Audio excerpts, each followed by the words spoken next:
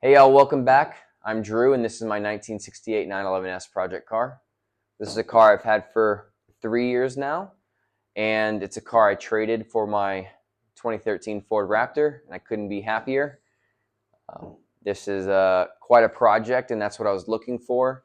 So we are going to be documenting some of the work we're doing on the torsion tube replacement today.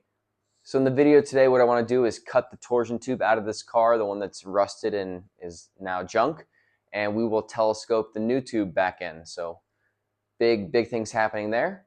And we'll also talk about this process that I came up with to basically transfer the whole location in the longitudinals between the different layers so that we can basically ensure that the new inner layer that we're going to put in is concentric with where the existing hole was.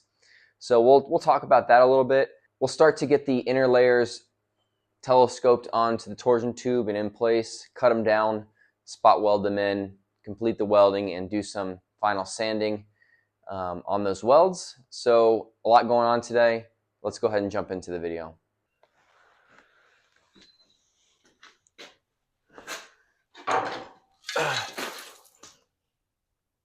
Whoops. Well, you guys probably saw that. So as you guys just saw, I think that's all the rust coming out of this thing. But the big update here is that we have the torsion tube out of the car at this point, and we can see some of the reasons why this was the main culprit for all the work that we've done so far. And we can see the cracks, holes. There's a crack over here.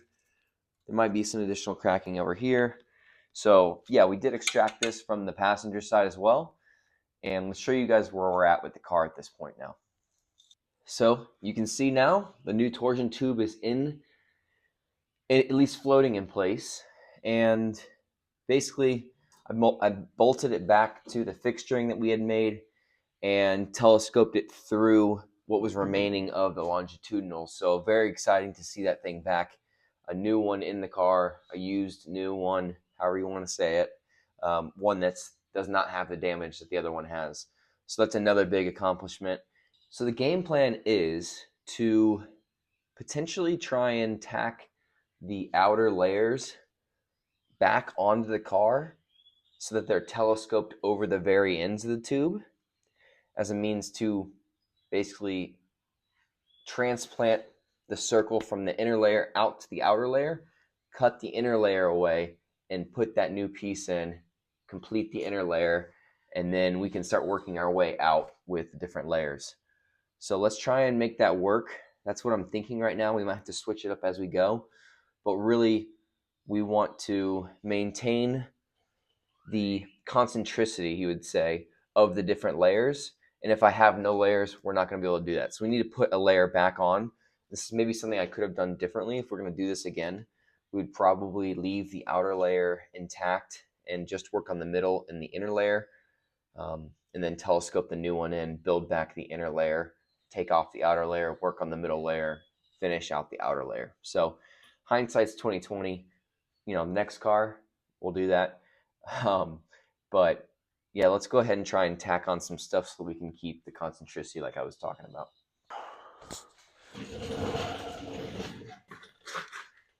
So we're looking at the passenger side. I've got the middle layer, which still has torsion tube from the original intact and welded in. And my plan is to maybe take this piece, maybe instead of the outer layer, cut back and grind at this weld to basically separate the two from one another, the layer from the torsion tube itself. And then we should have basically the hole that originally was there when they telescoped the torsion tube in. We'll take this, slide it over the new tube, tack it back in place, and we will have transferred that circle to the middle layer. We can cut out the inner layer. Let's see how that goes. All right, there's that piece of torsion tube disconnected from the middle layer. So I know it looks kind of crappy, but all we're going to do here is we're going to telescope it over, and we're going to tack it in, connect it back to where the middle layer was originally. So then we'll basically have transcribed the circle that was here on the inner layer into the middle layer, and then we can cut out the inner layer. So let's do this on this side. I'll get the welder out, we'll tack that in, and then we'll go ahead and try and do something similar on the driver's side. It's in now. It's pretty thin stuff, and it'll do the trick though. Dropped in that layer again, kind of twisted a little bit so I could do more of a lap weld instead of a butt weld. It's a little easier that way, so it looks a little wonky, but not gonna matter. We're gonna cut it right back out once we complete replacement of the inner layer. I'm gonna pull the torsion tube back out of the car now, and we can start to try and figure out where we're gonna cut out the inner layer. And then we have replacement panels to go in for the inner layers. So I spent a lot of time cleaning up what's underneath this patch and just kind of getting rid of where the flange was from the seat going around this area. And I'm gonna do the same thing to the driver's side. This is fitting in really nicely, and so we'll keep prepping the area and see how far we can get.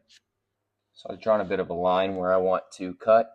I'm gonna cut just underneath the butt out, the jump out for the seat, the rear seat, and cut down through here on both sides. So I've got the torsion tube mounted back into the fixturing, and we've got these new panels telescoped in. So now what we're going to do is kind of try and position them correctly, cut them down, and tack them in. So we'll see how that goes. So now we have the inner layer tacked in on the passenger or the driver's side, and haven't started welding it at all to the torsion tube, but I'm feeling pretty good about this fitment, lining up really nicely. We've got the bottom flange, which will eventually mate to the floor, line up pretty well. So let's go ahead and try and continue with the passenger side and get it tacked in the same way. So I got that welded in, give it a little sand, and it's not perfect, but it'll do. And I haven't welded in the actual torsion tube to the inner layer yet. I'm going to do some practice on that with the old torsion tube and some of the scrap stuff that came off the car, just to kind of practice going around on the pipe. And then we'll do that in the next video. I already got the other side tacked in. I haven't sanded it like this, but it looks very similar. And so we'll probably wrap the video up there. All right, so that's going to do it for this video. I know it's been a little while since I had a video come out, I guess 2 weeks, but you know, life gets in the way sometimes. We did make some progress over the last few days, and the big reveal is that we have the torsion tube in the car, and it's never coming, well, it won't be coming back out during these repairs. And we've got the inner layers cut and tacked and welded in on both sides. Big accomplishment there. And in the next video, we'll continue and we'll actually start running the welds to the torsion tube itself. And then we can start working on the layers outside of that and finishing things out. So a lot of work ahead of us still just on this torsion tube replacement, but we're making progress. And it was a bit of a hurdle in my mind that I had to get over, starting to finally weld some of this stuff in, because it's kind of going to be its permanent location from now on. I can't really telescope it out and put it back in and adjust things at this point. So I'm happy, really, really happy with the fitment and how the process of putting those outer layers on as a means to transfer the through hole location to the new metal.